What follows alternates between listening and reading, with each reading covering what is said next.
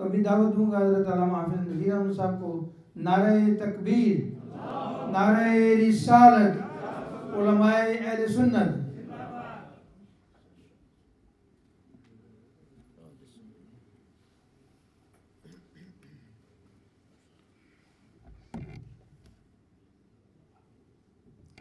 الحمدللہ وحدہ والصلاة والسلام علی من لا نبی بعدہ، اما بعد فاعوذ باللہ من الشیطان الرجیم، بسم اللہ الرحمن الرحیم، واصبر وما صبرک الا باللہ ولا تحزن علیہم ولا تک فی ضیق مما یمکرون، ان اللہ مع الذین اتقوا والذین هم محسنون۔ بسم اللہ الرحمن الرحیم، سبحان الذی اسری بعبده لیلا من المسجد الحرام الى المسجد الاقصى الذی بارکنا حولہ لنریہ من آیاتنا انہ هو السمیع البصیر۔ صدق اللہ مولانا العظیم۔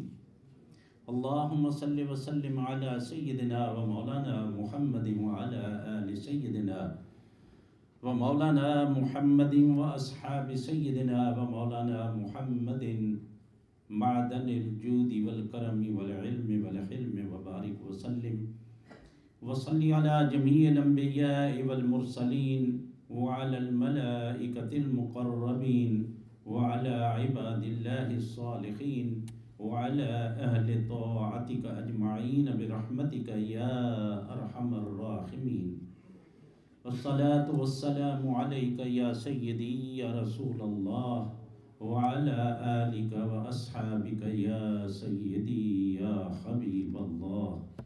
لائق صد احترام علماء کرام، برادران اسلام، میرے بزرگوں، دوستوں، بھائیوں، عزیز نوجوانوں اور عزیز بچوں،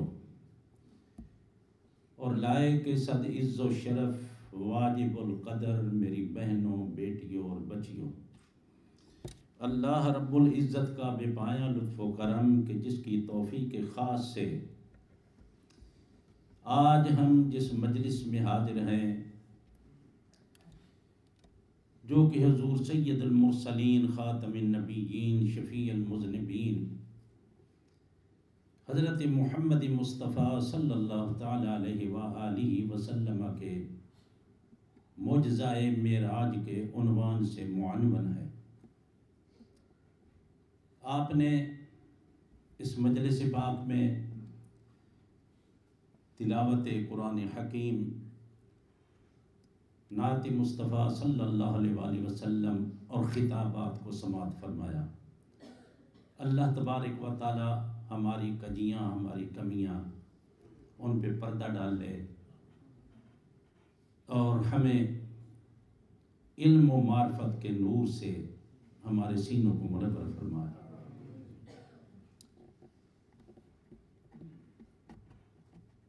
بالکل سیدھی سیدھی صاف صاف بات، کوئی الجھاؤ نہیں ہوگا، صرف اس کا ترجمہ سیدھا شروع کرتا ہوں۔ پہلی دو آیات سورہ نحل کی آخری دو آیتیں، جہاں آ کے 14واں پارہ ختم ہوتا ہے، آگے 15واں پارہ اس کی ابتدا ہے۔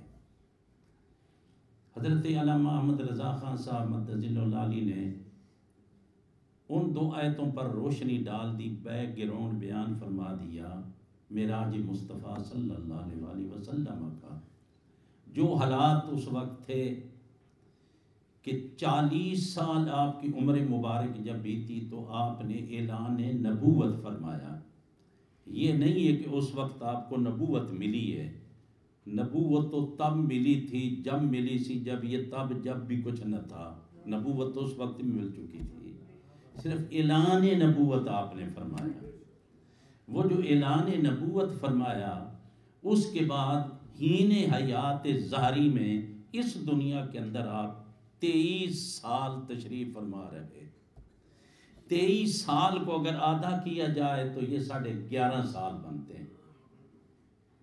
تو آقا دو جہاں صلی اللہ علیہ وسلم کے اعلان نبوت کے بعد کی زندگی مبارک 23 سال، آدھی اس طرف ہے آدھی اس طرف ہے، اس کے سنگم میں یہ معجزہ معراج مصطفیٰ مکی دور کے اینڈ پہ آقا دو جہاں صلی اللہ علیہ وسلم کو عطا کیا گیا۔ معجزہ، لفظ معجزہ کا معنی ہی ہے جو عقلوں کو عاجز کر دے، وہ خرق عادت، وہ چیز جو کسی نبی کے ہاتھوں ظاہر ہو اور ہو خرق عادت، عقل کے خلاف ہو، عقلوں کو عاجز کر دے، اسے کہتے ہیں معجزہ۔ اگر اسی طرح کی کوئی چیز جس سے عقل عاجز آ جائے اس کی مثال دینے سے، لیکن وہ کسی اللہ کے ولی پہ ہاتھوں پہ سرزد ہو جائے تو اسے کرامت کہا جاتا ہے۔ اسی طرح اگر کوئی جادو کے زور پر، کوئی شیطانی علم کے زور پر کوئی ایسا کرتب دکھا دے تو اسے استدراج کہا جاتا ہے۔ تو معجزہ مصطفیٰ صلی اللہ علیہ وسلم یہ ایک معراج، ایک معجزہ نہیں، یہ معجزات کی ایک کائنات ہے، معجزوں کی یہ کائنات ہے، بے حساب معجزوں کی یہ کائنات ہے جسے ہم معراج کہتے ہیں۔ معراج لفظ عروج سے بنا ہے، عروج کہتے ہیں بلندی کو، اور معراج اس سے اسم اعلیٰ ہے، بلندی پہ جانے کا آلہ۔ وہ کیا، اس کو ہم سیڑھی کہتے ہیں، اوپر جانا ہو تو سیڑھی پہ چڑھ کے بھی ہم، یا آج کل لفٹ میں بیٹھ ہو جاتے ہیں تو لفٹ اوپر لے جاتی ہے۔ تو معراج آقا دو جہاں صلی اللہ علیہ وسلم کو جو ہوا، جب ہم اس کو یقین کرتے ہیں، جب ہم مان لیتے ہیں، ہمارا سب کا اتفاق ہے، سارے مسلک جتنے بھی ہیں سب کا اتفاق ہے، کچھ مسجد الحرام سے مسجد اقصیٰ تک یقین کرتے ہیں، آگے کے خواب کا معراج تصور کرتے ہیں، وہ کہتے ہیں یہ ایک خواب میں معراج ہوا، ایک روحانی معراج ہوا۔ بھئی جب اس کو ہم نے معجزہ مان لیا ہے کہ یہ معجزہ ہے، تو پھر یہ باس کرنا کہ جی یہ خواب میں ہوا تھا، روحانی ہوا تھا، منامی ہوا تھا، پھر یہ باس کرنا کم علمی ہے۔ اس کے علاوہ اب اس کو کیا نام دیا جا سکتا ہے؟ آج کی زبان میں استعمال نہیں کر سکتا ہوں، جو آج زبانیں استعمال ہمارے بڑے، ہمارے لٹیرے، ہمارے وڈیرے، ہمارے سردار، الا ماشاءاللہ ہمارے علماء اور ہمارے مشائخ، جو اس وقت زبان استعمال ہو رہی ہے، اوپن کھلم کھلا جو کچھ کہا جا رہا ہے، جس پیارے حضرت عمر الوراق رضی اللہ تعالی عنہ نے، جو حضور داتا صاحب نے کشف المحجوب میں، ایسے راہ چلتے آپ کو ایک بات بتانے لگا ہوں، انہوں نے جو بات ارشاد فرمائی ہے اس میں ایک ان کے اقوال میں سے یہ بھی قول ہے، اذا فسد الفقراء فسد الاخلاق، جب پیر فقیر بگڑ جائیں تو نظام اخلاق بگڑ جاتا ہے، ویلیوز ختم ہو جاتی ہیں معاشرے کے اندر۔ اگر علماء کی زبان بھی گالی گلوچ والی ہو، اور بڑے جو اوپر سلطان اور بادشاہ ہوں ان کی زبان بھی گالی گلوچ اور طعن و تشنیع کے تیر چلا رہی ہو، اس بیچاری عوام کا پھر کیا حال ہوگا؟ وہی ہوگا جو ہو رہا ہے۔ اللہ تعالی ہمیں معاف کرے، صدقہ معراج مصطفیٰ صلی اللہ علیہ وسلم کا ہمیں پھر سے وہ تمکنت اور وہ عروج نصیب فرمائے جو ہمارے اسلاف نے دیکھا تھا۔ اب جب یہ معجزہ ہے تو معجزہ ماننے کے بعد یہ باس کرنا کہ یہ خواب میں معراج ہوا ہے یا یہ روحانی معراج ہوا ہے، تو پھر یہ کم علمی ہے۔ جب مان جو یہ معجزہ ہے، اور معجزہ بھی جسمانی ہوا ہے، محض روحانی اور منامی نہیں ہے۔ منام کہتے ہیں خواب کو، نوم سے ہے، سونے کو کہتے ہیں۔ بھائی سونے میں، خواب میں آپ نے یہ سب کچھ دیکھا ہے۔ اب آئیں قرآن حکیم کی آیات ہیں، وہ میں پڑھتا جاتا ہوں، ترجمہ کرتا جا رہا ہوں، اور ہم اسی آیت کے ترجمے پہ ہی اکتفا کریں گے، شاید آگے اتنا وقت نہیں ہے اور آگے شاید نہ جا سکوں۔ یہ سبحان الذی اسریٰ بعبدہ کے ترجمے پہ آنے سے پہلے ہم اس بات کو لیں گے کہ قرآن حکیم کے اندر کیا کوئی معجزات ایسے معراج سابقہ انبیاء کرام علیہ السلام کو بھی ملے، وہ روحانی تھے، وہ منامی تھے یا جسمانی تھے؟ آئیں حضور سیدنا ابراہیم خلیل اللہ کی ذات کو لے لیتے ہیں۔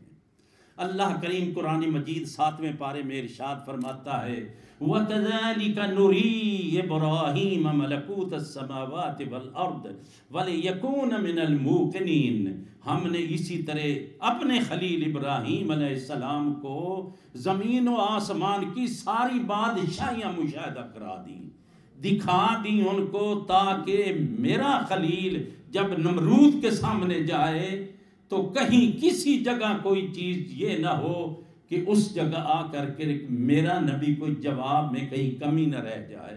اس لیے ہم نے اپنے نبی کو ابتدا میں ہی، اپنے خلیل کو بچپن میں ہی زمین و آسمان کی ساری بادشاہیوں کا مشاہدہ کرا دیا، وَلِيَكُونَ مِنَ الْمُوقِنِينَ، تاکہ وہ یقین کے ساتھ جو بھی بات کرے وہ یقین والوں میں سے ہو جائے۔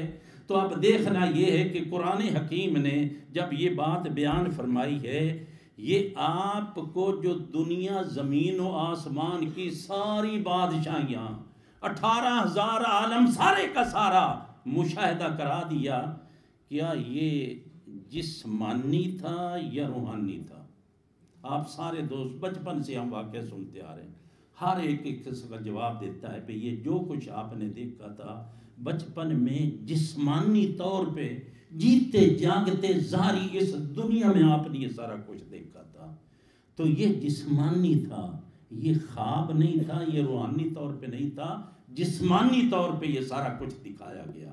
آگے آئیں وَكَلَّمَ اللَّهُ مُوسَىٰ تَكْلِيمًا، ہم نے موسیٰ علیہ السلام سے اللہ کریم نے کلام فرمایا۔ جو آپ کوہ طور پہ جا کے کلام فرمایا کرتے تھے، وہ خواب میں کلام کیا کرتے تھے یا جسم کے ساتھ جاگتے ہوئے کلام کرتے تھے؟ یہ ان کا معراج ہے نا حضرت موسیٰ کلیم اللہ کا، وہ جسمانی تھا، محض روحانی یا خواب کی بات نہیں تھی، جسمانی جیتے جاگتے اللہ کریم سے کلام فرمایا کرتے تھے، یہ بھی جسمانی ہے۔ اب آگے آ جائے حضرت عزیر علیہ السلام کو لے لیتے ہیں۔ جب انہوں نے دیکھا بیت المقدس اجڑا ہوا، جس کو آ کر کے بخت نصر ظالم نے اجاڑ دیا تھا، تو آپ کے ذہن میں ایک بات آئی کہ کبھی یہ بھی ہو سکتا ہے کہ اللہ اس کو پھر سے زندہ کر دے، کیونکہ آپ سمندر کے کنارے جا رہے تھے، ایک بڑی مچھلی سمندر سے آگے ریت میں پھنس گئی، پانی ہٹ گیا، مچھلی مر گئی، اس کو پرندے بھی آ کے نوچ رہے ہیں، جنگل کے جانور بھی آ کے اسی کو کھا رہے ہیں، درندے بھی اسی کو کھا رہے ہیں۔ آپ نے جو دیکھا وہ منظر، آپ حیران ہوئے بھی یہ کس طرح بھی ایک ہی جانور ہے، اسے پرندے بھی کھا رہے ہیں، درندے بھی کھا رہے ہیں۔ تو یہ اللہ کریم کی بارگاہ میں بس ایک ذہن میں بات آئی، عرض کر دی مولا کریم میں دیکھنا چاہتا ہوں تو مردے زندے کس طرح کرتا ہے۔ اللہ کریم نے فرمایا کیا تیرا ایمان نہیں مولا کریم؟ ایمان تو ہے، ولیکن یطمئن قلبی، یہ دل ذرا ٹھہر جائے، اس کو کامل یقین ہو جائے۔ یقین پہلے بھی تھا، وہ عین الیقین کرنا چاہ رہے تھے، وہ حق الیقین کرنا چاہ رہے تھے۔ اللہ کریم نے فرمایا 4 پرندے پکڑ لو، ان کو اپنے ساتھ مانوس کر لو، پھر ان کو ذبح کر دو، ان کے سرے اپنے پاس رکھو، اور باقی سارا کیما کر کے ان کو مختلف پہاڑوں پہ رکھ کے ان کو پھر اپنی طرف بلانا، دیکھنا، فَسُرْهُنَّ إِلَيْكَ ثُمَّ اجْعَلْ عَلَىٰ كُلِّ جَبَلٍ مِّنْهُنَّ، ان کو جز کر کر کے جب تم رکھ دو گے، ثُمَّ ادْعُوهُنَّ، پھر ان کو بلانا، دیکھنا، ایسے دوڑتے ہوئے آپ کے پاس آ جائیں گے۔ آپ نے جس جس پرندے کا نام لیا، اس کا جو ذرہ جس پہاڑ پہ جہاں تھا وہ ذرے اڑے، وہ جڑے، وہ ہڈیاں جڑیں، وہ پر جڑے، وہ پرندہ اڑتا آپ کی بارگاہ میں حاضر ہو۔ یہ کیا روحانی اور خواب میں بات ہو رہی تھی یا جسمانی طور پہ سارا کچھ ہو رہا تھا؟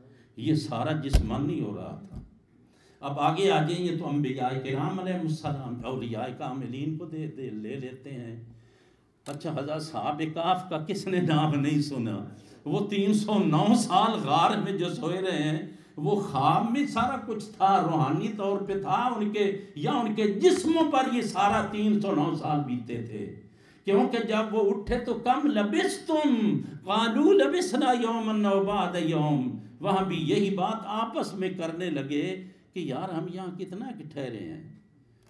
انہوں نے کہا جی یہ تو ایسے ہی ہے جس کو ہم، کیونکہ اگر تو ان کو یہ پتہ چل جاتا کہ 309 سال ٹھہرے رہے ہیں یا 1 سال یا 6 مہینے ہی ٹھہرے رہے ہیں، وہ کپڑے دے آخر اٹھے جو تھے ایک دوسرے سے باتیں کر رہے ہیں، نہ کسی کا کوئی کپڑا پھٹا، نہ پرانا ہوا، نہ حجامت بڑھی، نہ ناخن بڑھے، نہ حلیے میں فرق آیا، اسی طرح تر و تازہ جس طرح کوئی 1 پیر 2 پیر سوتا ہے، یہی انہوں نے کہا جی ہم 2 پیر سوئے ہیں۔ پھر کہنے لگے جی اللہ ہی بہتر جانتا ہے کتنا سوئے ہیں۔ بات آگے چل کے رب کریم نے کھول دی تو 309 سال یہاں پڑے رہے۔ تو یہ روحانی طور پہ تھا یا جسمانی طور پہ تھا؟ کمال ہے پہلی امتوں کو، ان کے ولیوں کو تو سارا جسمانی سب کچھ نصیب ہو۔ آصف بن برخیہ نے بھی یہی عرض کر دی تھی نا سلیمان علیہ السلام کی بارگاہ میں کہ اللہ کے پاک پیغمبر آپ کا امر ہو ان آتی کبھی قبل ان یرتد الیک طرفک، پلک جھپکنے سے پہلے وہ تخت حاضر کر دیتا ہوں۔ کیا یہ سارا تو انہوں نے خواب میں تخت حاضر کیا تھا یا جیتے جاگتے جسمانی طور پہ حضرت سلیمان علیہ السلام بھی ہیں، ساری بادشاہی کے لوگ نظارہ کر رہے ہیں، یہ سارا کچھ جسمانی طور پہ ہوا تھا؟ تو پھر کہاں رہی یہ بات؟ شک میں کہیں ہے کوئی گنجائش کہ حضور اکرم صلی اللہ علیہ وسلم کو یار شاید یہ خواب میں ہوا معراج، یا ان کو روحانی طور پہ ان کے تصورات میں یہ چیزیں آئی ہوں؟ نہیں، ہرگز نہیں۔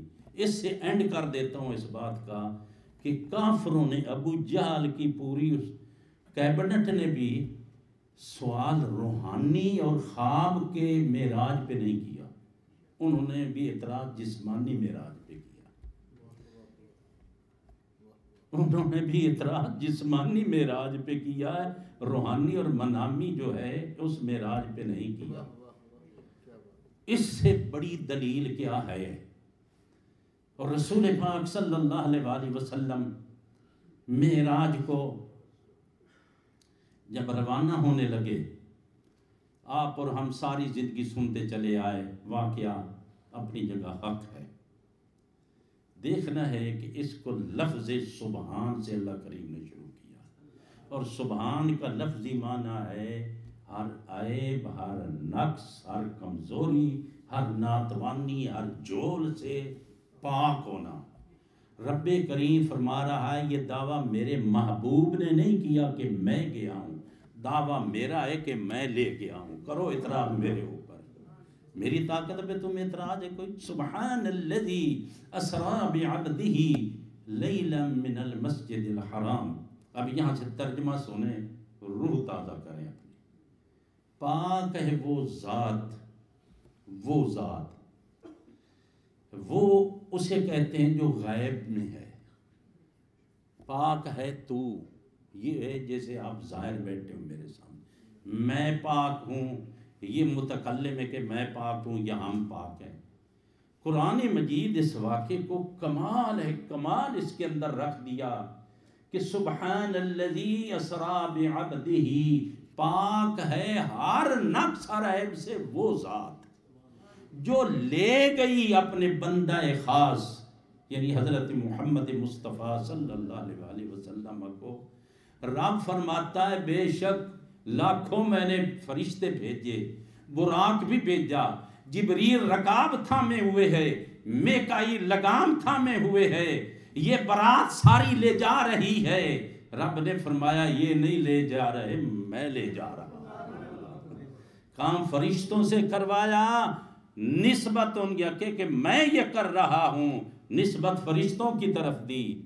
تو اس سے کیا عقیدہ انسان کا نکلتا ہے کہ رب تبارک و تعالیٰ کام اپنے بندوں سے لیتا ہے اور فرماتا ہے یہ تھوڑا انہوں نے کیا کام تو میں نے کیا ہے۔ رب فرما رہا ہے میں لے کے گیا ہوں اپنے حبیب کو رات کے تھوڑے معمولی سے حصے میں، کہاں سے کہاں تک، من المسجد الحرام الى المسجد الاقصى، یہ حرمتوں اور عظمتوں والی مسجد، یہ مسجد کعبۃ اللہ والی مسجد، یعنی کعبۃ اللہ سے مسجد اقصیٰ کی طرف لے گیا ہوں اپنے حبیب کو، مسجد حرام سے مسجد اقصیٰ کی طرف میں لے گیا ہوں اپنے حبیب کو۔ یہاں تک میں جو لفظ کہہ رہا ہوں یہ درست نہیں، وہ لے گیا، کیونکہ سبحان لفظ آتا ہے، سبحان یعنی پاک ہے وہ ذات، سمجھے ایک ایک حرف کو، پاک ہے وہ ذات جو لے گئی اپنے بندہ خاص کو مسجد حرام سے مسجد اقصیٰ کی طرف۔ الذی بارکنا حولہ، وہ مسجد اقصیٰ جس کے ارد گرد ہم نے برکتیں رکھی ہیں، یہاں ہم کہاں سے آ گیا؟ بات چلیے پیچھے سے، پاک ہے وہ ذات جو لے گئی اپنے بندہ خاص کو رات کے بالکل قلیل سے حصے میں مسجد حرام سے مسجد اقصیٰ کی طرف، وہ مسجد اقصیٰ جس کے ارد گرد کو ہم نے بابرکت بنا دیا، وہ سے بنے ہم، وہ بھی وہ ہے، ہم سے بھی وہ ہے، پاک ہے وہ ذات۔ آگے فرمایا الذی بارکنا حولہ لنریہ من آیاتنا، تاکہ ہم مشاہدہ کرائیں، ہم دکھائیں اپنے اس بندہ خاص کو اپنی نشانیاں، یہاں پہ لفظ ہم ہے، ہم کون ہے؟ وہ جو لے گیا اپنے بندہ خاص کو، ادھر وہ فرما رہا ہے، ادھر ہم نے اس مسجد کے ارد گرد رکھی ہیں برکتیں، جس کے ارد گرد برکتیں ہیں اس کے اندر کی برکتوں کا کو کیا سمجھ سکتا ہے کہ کیا برکتیں ہیں مسجد اقصیٰ میں۔ حضور سیدنا سلیمان علیہ السلام نے جب اس مسجد پاک کو تعمیر فرمایا، دعا کی میرے مولا تیری بارگاہ میں التجا کرتا ہوں، تیرا گھر تیری توفیق سے تعمیر کیا ہے، جو بھی مومن قیامت تک اس مسجد میں داخل ہو جائے وہ نکلے تو گناہوں سے پاک ہو کے نکلے۔ اس مسجد کے اندر کیا برکتیں ہیں، جب اس کے ارد گرد بھی برکتیں ہی برکتیں ہیں۔ لِنُرِيَهُ مِنْ آیَاتِنَا، تاکہ ہم دکھائیں اپنے اس بندہ خاص کو اپنی نشانیاں، یہاں بھی ہم ہے۔ آخری جملہ ہے اِنَّهُ هُوَ السَّمِيعُ الْبَصِيرُ، یقیناً وہی سننے والا دیکھنے والا۔ پھر وہ چلا گیا، بے شک وہ دیکھنے والا سننے والا ہے، اور ہو بھی ہے اور ساتھ ہوا پھر آ جاتا، وہ تو اس کا معنی بنا وہی، یقیناً بے شک وہی دیکھنے والا سننے والا ہے۔ پھر بات وہ پہ آ گئی، وہ سے چلی، وہ سے بنے ہم سے بنے وہ۔ یہ ہے اس آیت کے اندر سارا مفہوم آ رہا اس طرح کا۔ اب اس کو ہم کیا کہیں؟ خدا بھلا کرے ڈاکٹر طاہر القادری کا، اور اس آدمی کو سمجھنے کی توفیق عطا فرمائے اس قوم کو، اس بے قدری قوم کو اللہ تعالیٰ قدر دے ایسے انسان کا جس نے یہ راز کھولے اس دور میں۔ انہوں نے کہا کہ یہ فقر کی دنیا کے اندر، مولانا میر علی صاحب بیٹھے ہوئے ہیں، فقر کی دنیا کے اندر ایک ہوتا ہے تفریقہ، ایک ہوتا ہے جمع کا مقام، ایک جمع الجمع مقام ہوتا ہے۔ تفرقہ مولویوں والا جھگڑوں والا نہیں، مناظروں مقاتلوں والا مجادلوں والا جھگڑا نہیں، تفریقہ فقر کی دنیا کے اندر ہے کہ ابھی مقام ہے، جس طرح کوئی فنائیت میں فنا نہیں ہوا، اس سے پہلے جو تھوڑا سا فاصلہ ہے، اس کو تفرقہ کہتے ہیں۔ اس تفرقے کے اندر اللہ کا حبیب صلی اللہ علیہ وسلم کے صدقے تو سارا استغراق ہی استغراق ہے معراج کا۔ استغراق یہ ہوتا ہے، اب دیکھو ہمارے لیے سب سے افضل رات لیلۃ القدر ہے، کیونکہ گناہوں کی معافی تلافی ہوتی ہے، لیکن اللہ کے حبیب صلی اللہ علیہ وسلم سب سے بڑی رات عظمتوں والی یہ معراج کی رات ہے، جس میں آپ تشریف فرما۔ تو اب اس میں دیکھیں کہ رسول پاک صلی اللہ علیہ وسلم کو معراج نصیب ہو رہا ہے، اور مقام تفرقہ کیوں رہنے دیا جائے، اس کو جمع کر دیا جائے۔ تفرقہ تھوڑا سا فاصلہ، پھر اس کو کیا جمع، دونوں ہو گئے ایک، پھر جب دونوں ہو گئے ایک یہ ہو گیا جمع۔ ایک نہیں، الوہیت میں ایک نہیں، خدا خدا رہا، مصطفیٰ مصطفیٰ رہے، معبود معبود رہا، عبد عبد رہا، عابد عابد رہا، معبود معبود رہا۔ اس کے علاوہ جو فرقے اور تفرقے ہم نے ڈالے ہوئے ہیں وہ مٹانے تھے، اس میں کر دیا جمع۔ جمع کو کہتے ہیں ہم۔ پھر جمع اور جمع جب ہو جائے اس وقت نہ وہ رہتا ہے نہ ہم رہتا ہے، پھر بس وہی رہ جاتا ہے۔ اس کا دیکھنا اس کا دیکھنا ہے، اس کا سننا اس کا سننا ہے، اس کا دینا اس کا دینا ہے۔ براۃ من اللہ و رسولہ، جو رب سے بری ہے وہ رسول سے بھی بری ہے، جو رب کے مخالف ہے وہ رسول کے مخالف ہے۔ پیارے جو تیرا نہیں وہ میرا نہیں ہے۔ من عصا محمدا فقد عصى اللہ، جس نے میرے محمد کی مخالفت کی اس نے رب کی مخالفت کی ہے۔ جو رب کی رضا چاہتا ہے وہ رضائے مصطفیٰ چاہے، جو رضائے مصطفیٰ چاہتا ہے وہ خدا کی رضا کو چاہے۔ وہاں اسماء کے اندر، افعال کے اندر اللہ تبارک و تعالیٰ نے اس دوئی کو ختم کرنا تھا، وہ مقام انہ هو السمیع البصیر۔ اب آگی بات اس مقام پہ کہ پورے معراج کا واقعہ از اول تا آخر اس کو 3 مرحلوں میں تقسیم کیا ہے اللہ والوں نے۔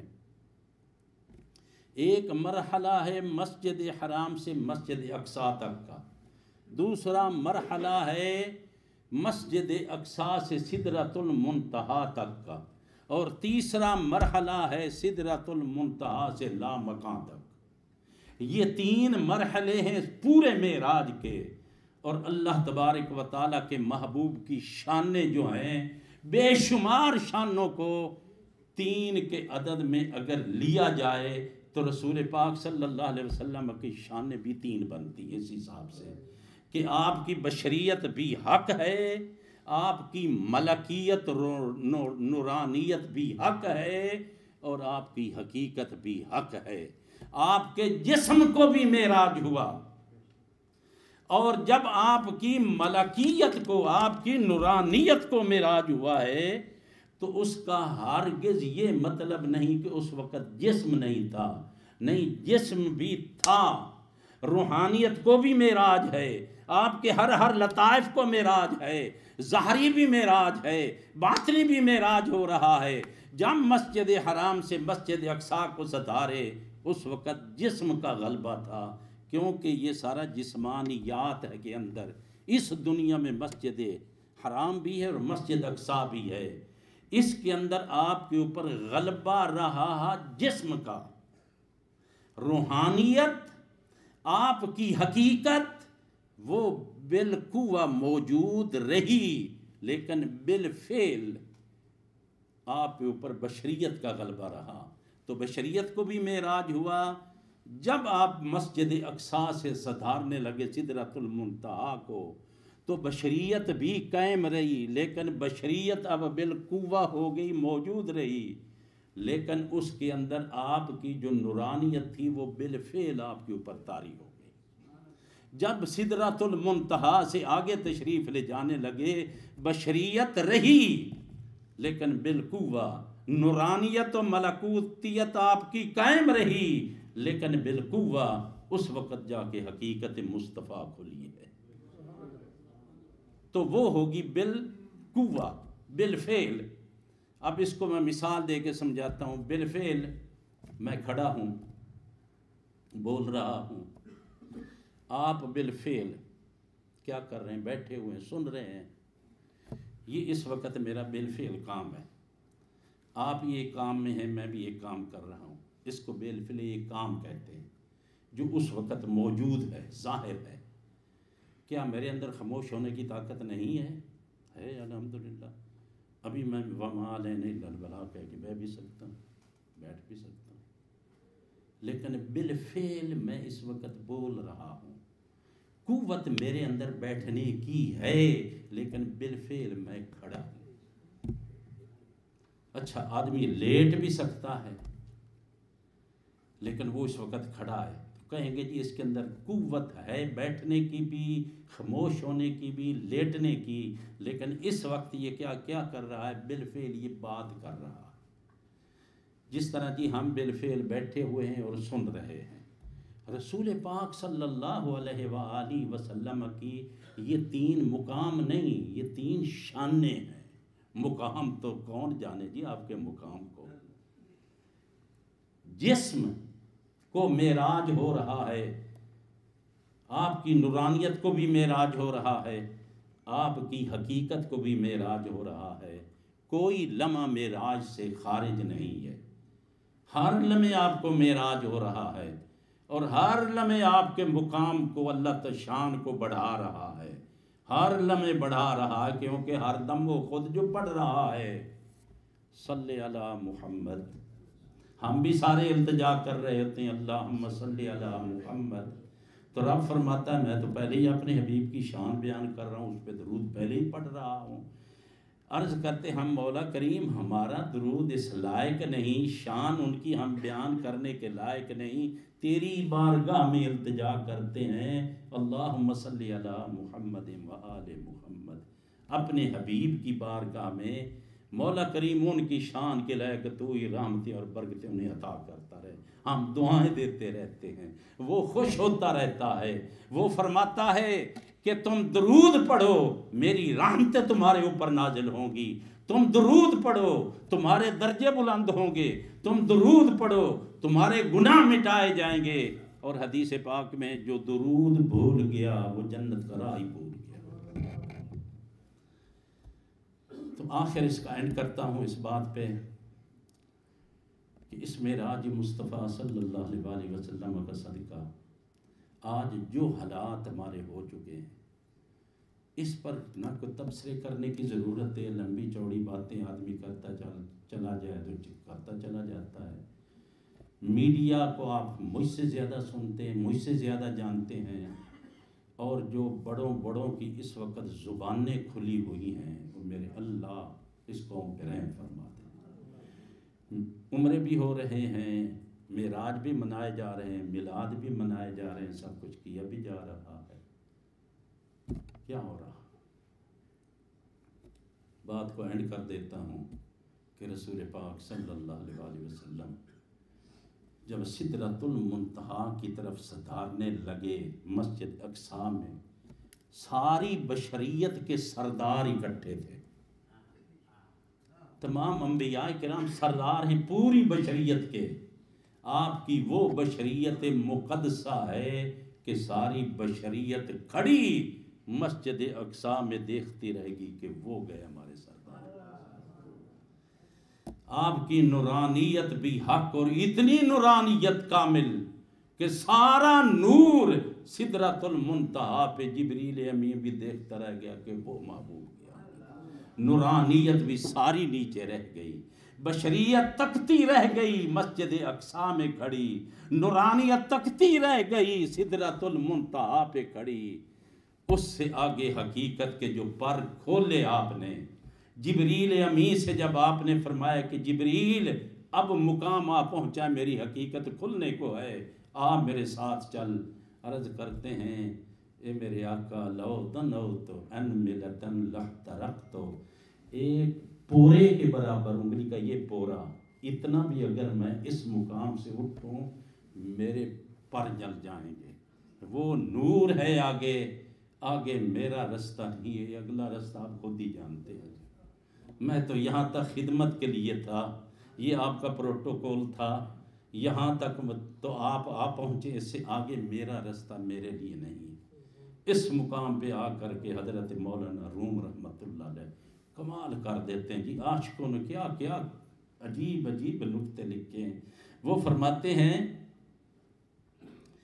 کہ جبرائیلی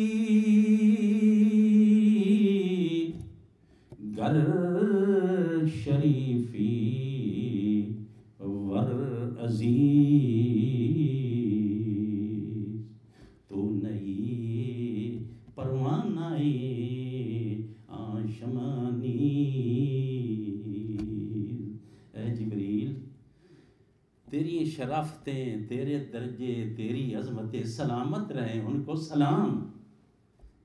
میری کیا مجال کہ میں آپ کی شان میں کوئی بات کر سکوں، ایک بس عرض ہے، وہ یہ ہے کہ تیری عظمتیں ساری کمال پہ تھیں اور ہیں، لیکن ایک ہی چیز ہے کہ اس محبوب کا عاشق نہیں تھا۔ اگر تو عاشق ہوتا، جب جوڑے جا سکتے ہیں تو تھا ہی نوروں کا سردار، تو بھی چلا جاتا اگر محبوب کے ان جوڑوں اور قدموں سے چمٹ جاتا تو ہرگز نہ جلتا، بس یہاں آ کے کچھ فرق لگ گیا۔ پھر آگے فرماتے ہیں احمدر بکشاں یداں پر جلیل تا ابد بے ہوش ماندے اور جبرائیل۔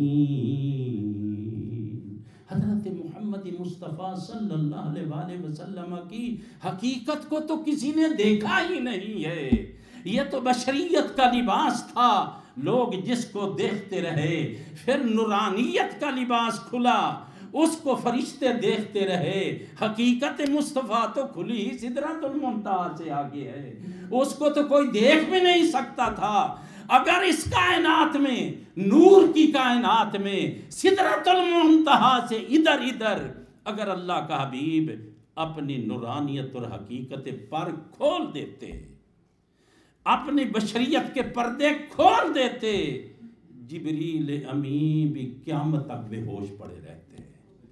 اس محبوب کی ہم امت ہیں اور خار پھرتی ہے، نشان راہ دکھاتے تھے جو ستاروں کو، ترس گئے ہیں کسی مرد راہ داں کے لیے۔ اس ذلت کا کیا علاج ہے؟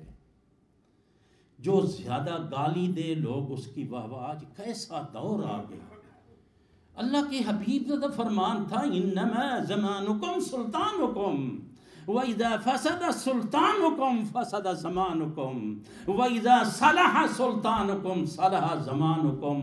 تمہارے زمانے کا دار و مدار تمہارے بادشاہوں پر، تمہارے وڈیروں پر ہے۔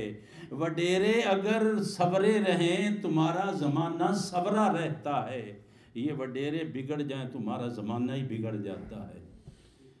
علماء کی زبان ہی پاک نہیں ہے تو اس سے آگے تو اینڈ ہے، الا ماشاءاللہ، الا ماشاءاللہ، کچھ کہنے کی آگے ضرورت نہیں ہے۔ اللہ کریم ہمارے حال پہ رحم و کرم فرمائے۔ اب نماز ہوگی اور اس کے ساتھ ہی جس طرح کے آگے پروگرام دیا گیا ہے اس کے مطابق صلاۃ و تسبیح ہوگی، نماز پڑھ کے عشاء کے بعد صلاۃ و تسبیح پڑھ کے لنگر بھی ہوگا اور اس کے بعد ہر ایک کو اجازت ہوگی۔ اللہ کریم میرے عاجی مصطفیٰ کا صدقہ اس امت کو عروج نصیب۔ آمین و ما علینا الا